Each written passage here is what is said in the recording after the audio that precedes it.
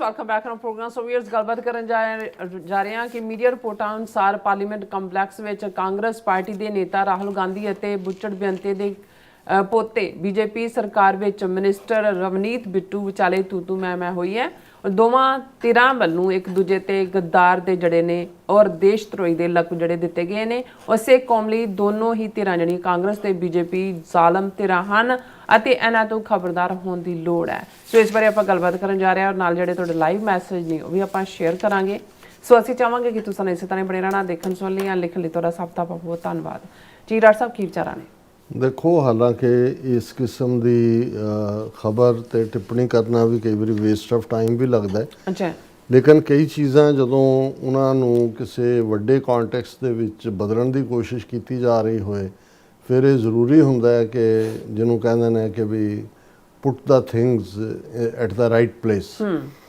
हुण असीं चंगी तरह समझते हैं कि भारत दे विच ABC कोई पार्टी होए 47 ਤੋਂ ਬਾਅਦ ਹੀ ਤੁਸੀਂ ਦੇਖੋ ਪੰਜਾਬੀ ਸੂਬਾ ਐਜੀਟੇਸ਼ਨ ਤੋਂ ਜੂਨ 84 ਘੱਲੂਘਾਰੇ ਤੱਕ ਔਰ ਉਸ ਤੋਂ ਬਾਅਦ ਹੁਣ ਤੱਕ ਜਦੋਂ ਸਿੱਖ ਹੱਕਾਂ ਜਾਂ ਹਿੱਤਾਂ ਦੀ ਗੱਲ ਆਉਂਦੀ ਹੈ ਆਲਮੋਸਟ ਬਹੁਤੇ ਖਿਲਾਫ ਭੁਗਤਦੇ ਨੇ ਤੇ ਜੇ ਕੋਈ ਥੋੜਾ ਬਹੁਤ ਹਮਦਰਦੀ ਰੱਖਦਾ ਤੇ ਉਹ ਚੁੱਪ ਕਰ ਜਾਂਦਾ ਹੈ।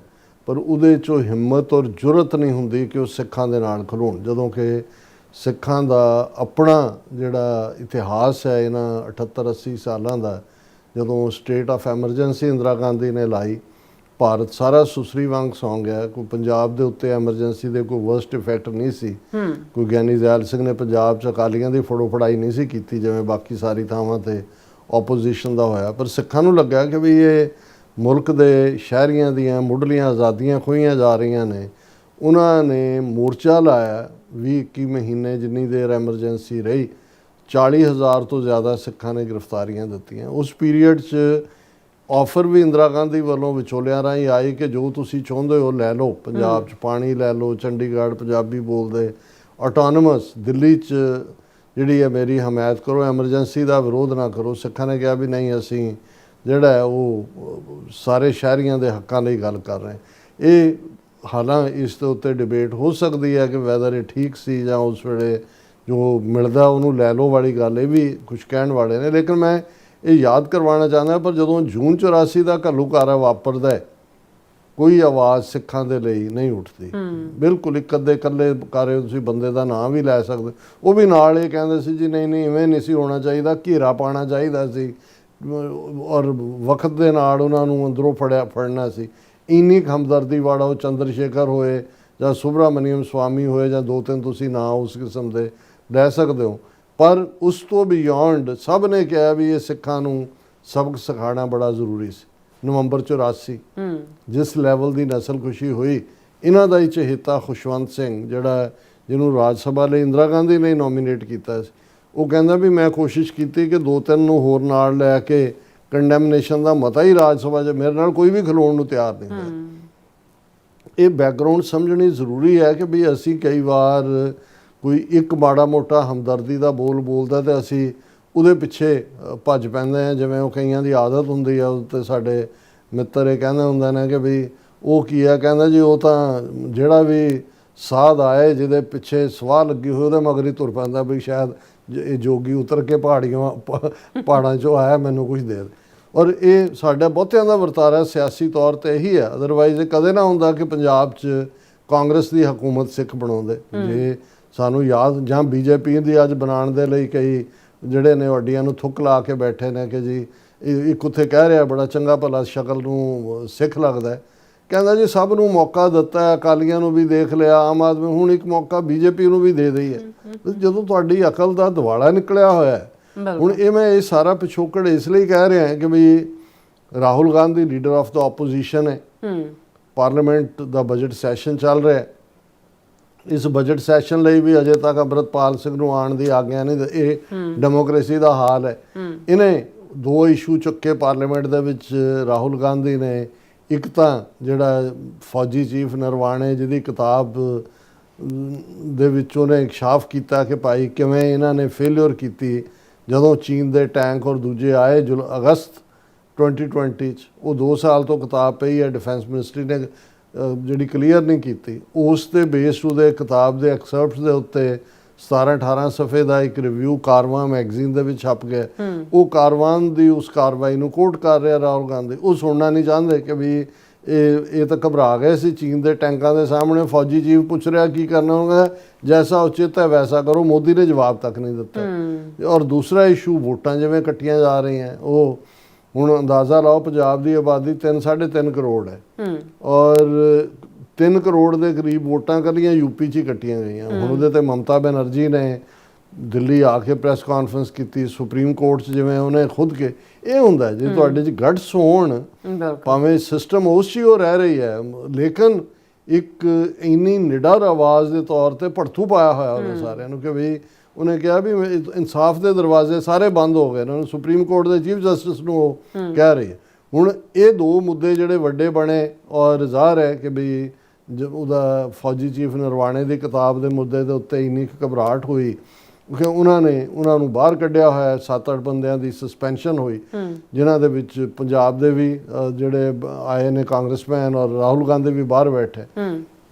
ਹੁਣ ਕੰਪਲੈਕਸ 'ਚ ਜਿਹੜੇ ਨੇ ਉਹਨਾਂ ਨੂੰ ਸਸਪੈਂਡ ਕਰਕੇ ਬਾਹਰ ਬਿਠਾਇਆ ਹੋਇਆ। ਤੇ ਰਵਨੀਤ ਬਿੱਟੂ ਬੁੱਚੜ ਬੇਅੰਤੇ ਦਾ ਪੋਤਾ, ਜਿਹਦੇ ਸਿਰ ਤੇ ਜਿਹੜਾ ਅੱਜ ਤੋਂ ਕੁਝ ਸਮਾਂ ਪਹਿਲਾਂ ਜਦੋਂ ਕਾਂਗਰਸ 'ਚ ਉਹਨੂੰ ਪ੍ਰਮੋਟ ਕੀਤਾ ਰਾਹੁਲ ਗਾਂਧੀ ਨੇ, ਤੇ ਉਹ ਕਹਿ ਰਿਹਾ ਕਿ ਜੀ ਮੈਂ ਤਾਂ ਕਾਸੇ ਜੋਗਾ ਨਹੀਂ ਸੀ, ਮੈਨੂੰ ਤਾਂ ਰਾਹੁਲ ਗਾਂਧੀ ਨੇ ਉਹਨੇ ਮੈਨੂੰ ਕਿਹਾ ਵੀ ਨਹੀਂ ਤੂੰ ਪੱਗ ਬੰਨ੍ਹ ਕੇ ਮੇਰੇ ਸਾਹਮਣੇ ਆਉਣਾ ਹੈ। ਜੇ ਮੈਂ ਅੱਜ ਪੱਗ ਬੰਨ੍ਹੀ ਹੈ ਤੇ ਇਹਦੀ ਬਦੌਲਤ ਹੈ। ਉਹ ਕ੍ਰਿਮੀਨਲ ਬੁੱਚੜ ਬੇਅੰਤਾ, ਉਹਦਾ ਅੱਗੋਂ ਸਾਰੇ ਕ੍ਰਿਮੀਨਲ ਹੈ। ਹੁਣ ਇਸ ਕਦਰ ਕਾਂਗਰਸ ਦਾ MP ਵੀ ਲੁਧਿਆਣੇ ਤੋਂ ਰਿਹਾ ਔਰ ਫਿਊਚਰ ਦੀ ਦਾਅਵੇਦਾਰੀ ਅਮਿਤ ਸ਼ਾਹ ਨੇ ਪੱਟ ਲਿਆ ਉਹਨੂੰ ਹੁੰਦੇ। ਹਾਲਾਂ ਸੀਟ ਆਪਣੀ ਹਾਰ ਗਿਆ ਬੀਜੇਪੀ ਦੇ, ਹਾਰੇ ਹੋਏ ਦੇ ਬਾਵਜੂਦ ਉਹਨੂੰ ਜਿਹੜਾ ਉਹ ਮਿਨਿਸਟਰ ਆਫ ਸਟੇਟ ਬਣਾਇਆ ਹੋਇਆ। ਔਰ ਉਹ ਜਿਹੜਾ ਜਦੋਂ ਲਾਗਿਓਂ ਦੀ ਲੰਘਿਆ ਉਸ ਪਾਰਲੀਮੈਂਟ ਕੰਪਲੈਕਸ ਦੇ ਵਿੱਚ, ਤੇ ਰਾਹੁਲ ਗਾਂਧੀ ਨੇ ਤੰਜ਼ ਕੱਸੀ। ਉਹਨੇ ਕਿਹਾ ਕਿ my traitor friend, hello brother, my traitor friend, don't worry you will come back to the Congress. ਉਹਨੂੰ ਕਹਿੰਦਾ ਮੇਰੇ ਗਦਾਰ ਦੋਸਤ, ਤੂੰ ਚਲਾ ਗਿਆ ਫਿਰ ਆਏਗਾ ਵਾਪਸ। ਹੁਣ ਉਹ ਜਿਹੜਾ ਅੱਗੋਂ ਮੋੜਵਾ, ਉਹ ਵੀ ਬਦਮਾਸ਼ ਦਾ ਟੱਬਰ ਦਾ ਬੰਦਾ ਹੈ, ਉਹ ਉਹਨੂੰ ਕਹਿੰਦਾ ਦੇਸ਼ ਕਾ ਦੁਸ਼ਮਣ। ਉਹ ਰਾਹੁਲ ਨੂੰ ਕਹਿੰਦਾ ਦੇਸ਼ ਕਾ ਦੁਸ਼ਮਣ। ਫਿਰ ਉੱਪਰ ਚੜ੍ਹ ਗਿਆ ਪੌੜੀਆਂ। ਇੱਧਰੋਂ ਅਮਰਿੰਦਰ ਵੜਿੰਗ ਵੀ ਖੜਾ ਹੋ ਗਿਆ। ਅੰਦਰ ਜਾ ਕੇ ਉਹ ਬਿੱਟੂ ਕਹਿੰਦਾ ਵੀ ਮੇਰੀ ਤਾਂ ਪੱਗ ਲਾ ਦੇਣੀ ਸੀ ਉਹਨੇ, ਰਾਹੁਲ ਗਾਂਧੀ ਇਹ ਕਰਨ ਲੱਗਾ ਸੀ। ਹੁਣ ਨਾਲ ਦੀ ਨਾਲ ਜਿਹੜੇ ਬੀਜੇਪੀ ਦੇ ਸਾਰੇ, ਹਰਦੀਪ ਪੁਰੀ ਜਿਹੜਾ ਇੱਥੇ ਐਪਸਟਾਈਨ ਫਾਈਲ ਦੇ ਵਿੱਚ ਫਸਿਆ ਹੋਇਆ, 6 ਈਮੇਲਾਂ, ਕਰਪਟ ਮੈਨ, ਔਰ ਦੂਜਾ ਉਹਨਾਂ ਨੇ ਪੂਰਾ ਇਹ ਰੌਲਾ। ਮਨਜਿੰਦਰ ਸਿਰਸਾ ਇੱਕ ਹੋਰ ਜਿਹੜਾ ਉਹ ਚਕਵਾ ਚੁੱਲਾ ਚੋਰ।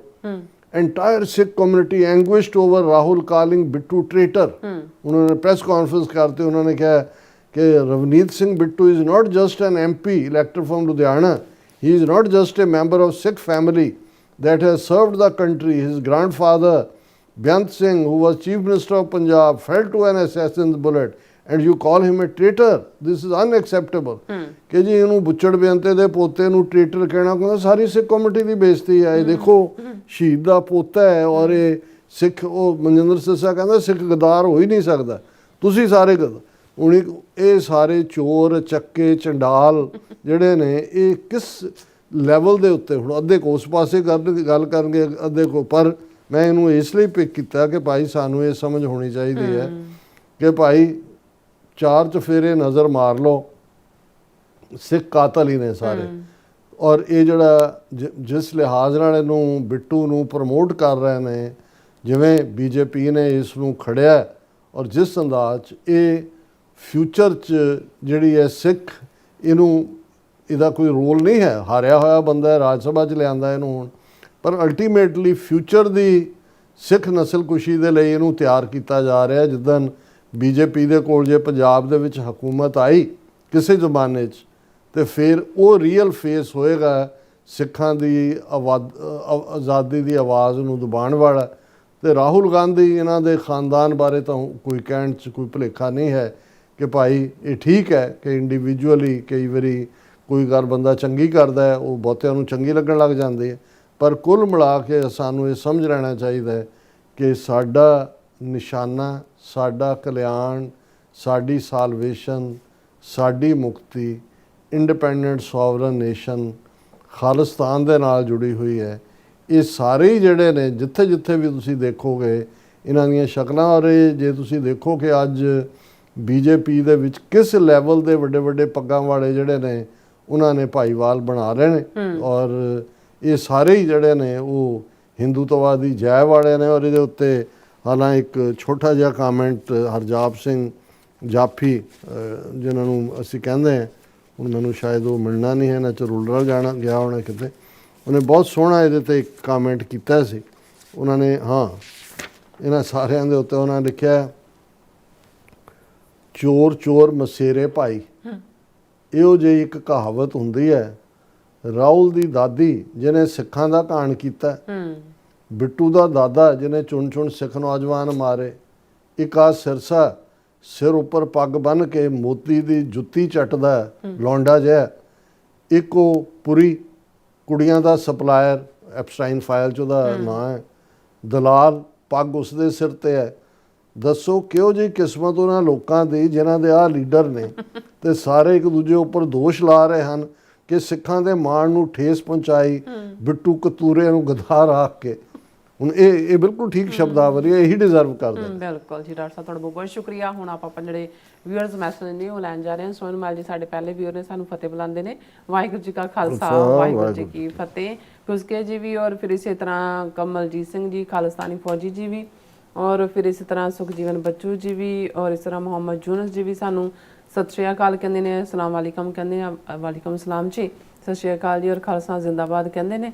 ਔਰ ਫਿਰ ਇਸੇ ਤਰ੍ਹਾਂ ਸਿੰਘ ਜੀ ਵੀ, ਔਰ ਫਿਰ ਇਸੇ ਤਰ੍ਹਾਂ ਸਾਡੇ ਕੋਲ ਨੇ ਕੁਲਮਰ ਸਿੰਘ ਜੀ ਵੀ, ਔਰ ਇਸ ਤਰ੍ਹਾਂ ਗੁਰਸ਼ਰਨ ਕੌਰ ਜੀ ਵੀ, ਔਰ ਫਿਰ ਇਸ ਤਰ੍ਹਾਂ ਸਾਡੇ ਕੋਲ ਗੁਰਸਿਮਰਨ ਕੌਰ ਜੀ ਵੀ, ਔਰ ਫਿਰ ਇਸੇ ਤਰ੍ਹਾਂ ਸਾਡੇ ਕੋਲ ਨੇ ਸਿੰਘ ਜੀ ਵੀ।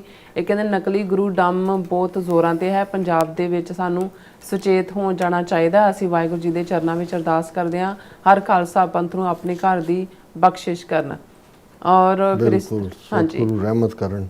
ਔਰ ਇਸੇ ਤਰ੍ਹਾਂ ਖਾਲਸਾ ਰਾਜ ਜੀ ਵੀ, ਔਰ ਇਸ ਤਰ੍ਹਾਂ ਗੁਸਕੇ ਜੀ ਵੀ ਕਹਿੰਦੇ ਡਾਕਟਰ ਸਾਹਿਬ ਜੀ ਕਹਿੰਦੇ ਨੇ ਕਿ ਦਰਬਾਰਾ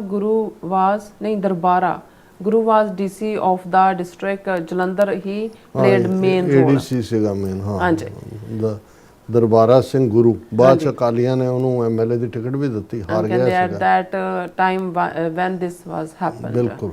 ਔਰ ਇਸ ਤਰ੍ਹਾਂ ਖਾਲਸਾ ਦੇਸ਼ ਪੰਜਾਬ ਜੀ ਵੀ, ਔਰ ਇਸੇ ਤਰ੍ਹਾਂ ਬਲਵਿੰਦਰ ਕੌਰ ਜੀ ਵੀ, ਕੁੱਲਰ ਜੀ ਵੀ, ਔਰ ਇਸੇ ਤਰ੍ਹਾਂ ਜਸਵਿੰਦਰ ਸਿੰਘ ਜੀ ਵੀ, ਫਿਰ ਇਸੇ ਤਰ੍ਹਾਂ ਕਮਲਜੀਤ ਸਿੰਘ ਜੀ ਵੀ ਕਹਿੰਦੇ ਕਾਸ਼ ਸਿੱਖ ਔਰ Punjabi have a leader like Mamata Banerjee, how she is roaring in supreme court. ਕੋਈ ਸ਼ੱਕ ਨਹੀਂ ਹੈ। ਟੋਨੀ ਢੀਂਡਸਾ ਜੀ ਵੀ, ਗੁਰਮੇਲ ਸਿੰਘ ਜੀ ਸਾਨੂੰ ਫਤਿਹ ਬੁਲਾਉਂਦੇ ਨੇ, ਔਰ ਕਹਿੰਦੇ doctor Sahib and dear Neelam Kaur ji, you are doing A grade job for the Sikh nation, please keep it up and God bless you and your loved ones.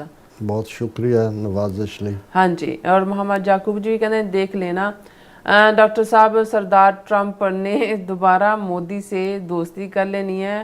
कहते मैंने आपसे कहा था और अमेरिका कभी भी इंडिया को नहीं छोड़ सकता। नहीं दोस्ती नहीं, जुत्ती साफ करवाने दे तो वही करवा रहे।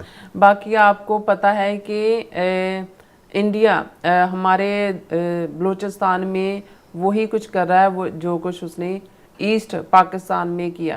बिल्कुल ठीक है। और लेकिन हम पाकिस्तानी कश्मीर और खालिस्तान की आवाज़ के लिए कुछ नहीं कर रहे। हाँ, ये हुण पाकिस्तान दे नीति घाड़ियां नूं चाहीदा है कि भी खुल के हमायत करन कश्मीर दे कॉज दी भी, खालिस्तान दे कॉज दी भी, नागियां दे कॉज दी भी जी। और कहते इंडिया का एक ही इलाज है, वो है खालिस्तान। और गुरमेल सिंह जी कहते हैं कि खालिस्तान जिंदाबाद, SFJ Zindabad, your dedication and hard work for Khalistan is unmatched and truly inspiring. Sorry, due to shift change, I have to watch repeat show. I called off work today. बहुत शुक्रिया, बहुत मेहरबानी। All about truth सिखिज्म जी भी, और इसी तरह गुरप्रीत सिंह जी भी, और फिर इसी तरह गुरसेव सिंह जी भी, और फिर इस तरह खालिस्तान ਜਿਹੜੇ ਨੇ ਉਹ ਕਹਿੰਦੇ ਨੇ ਡਾਕਟਰ ਸਾਹਿਬ ਤੁਹਾਨੂੰ ਨਹੀਂ ਲੱਗਦਾ ਕਿ ਮੋਦੀ ਤੇ ਭਾਰਤ ਦੇ ਟੋਟਲ ਸਰੈਂਡਰ ਦੇ ਪਿੱਛੇ ਸਰਦਾਰ ਗੁਰਪਤਵੰਤ ਸਿੰਘ ਪੰਨੂ ਦੁਆਰਾ ਜੋ ਪੀਸ ਡੀਲ ਦੇ ਵਿੱਚ ਆਫਰ ਕੀਤਾ ਗਿਆ ਹੈ ਕਿ ਪੰਜਾਬ ਦੇ ਵਿੱਚ ਰੈਫਰੈਂਡਮ ਕਰਾਇਆ ਜਾਵੇ, ਤੇ ਇਸ ਡਰੋਂ ਨੇ ਕੀਤਾ। ਦੇਖੋ, ਸਿੱਖ ਫੈਕਟਰ ਇਸ ਵੇਲੇ ਹਾਵੀ ਹੈ, ਇਸ 'ਚ ਕੋਈ ਸ਼ੱਕ ਨਹੀਂ ਹੈ, ਪਰ ਮੈਨੂੰ ਇਹ ਲੱਗਦਾ ਹੈ ਕਿ ਵੀ ਇਹ ਜਿਹੜਾ ਟਾਈਮਿੰਗ ਹੈ ਇਸ 'ਚ ਓਬਵੀਅਸਲੀ ਸਿੱਖ ਫੈਕਟਰ ਤਾਂ ਵੇ ਕਰ ਰਿਹਾ ਇਹਨਾਂ ਦੇ ਦਿਮਾਗਾਂ 'ਚ, ਔਰ ਖਾਸ ਤੌਰ 'ਤੇ ਕੈਨੇਡਾ ਨੇ ਤਾਂ ਸਰੈਂਡਰ ਕੀਤਾ ਹੈ, ਔਰ ਕੈਨੇਡਾ ਟ੍ਰੇਡ ਡੀਲ ਉਹਨਾਂ ਦੀ ਐਲਬਰਟਾ ਦੀ ਮਿਨਿਸਟਰ ਵੀ ਉੱਥੇ ਜਾ ਕੇ ਬੈਠੀ ਹੋਈ ਹੈ।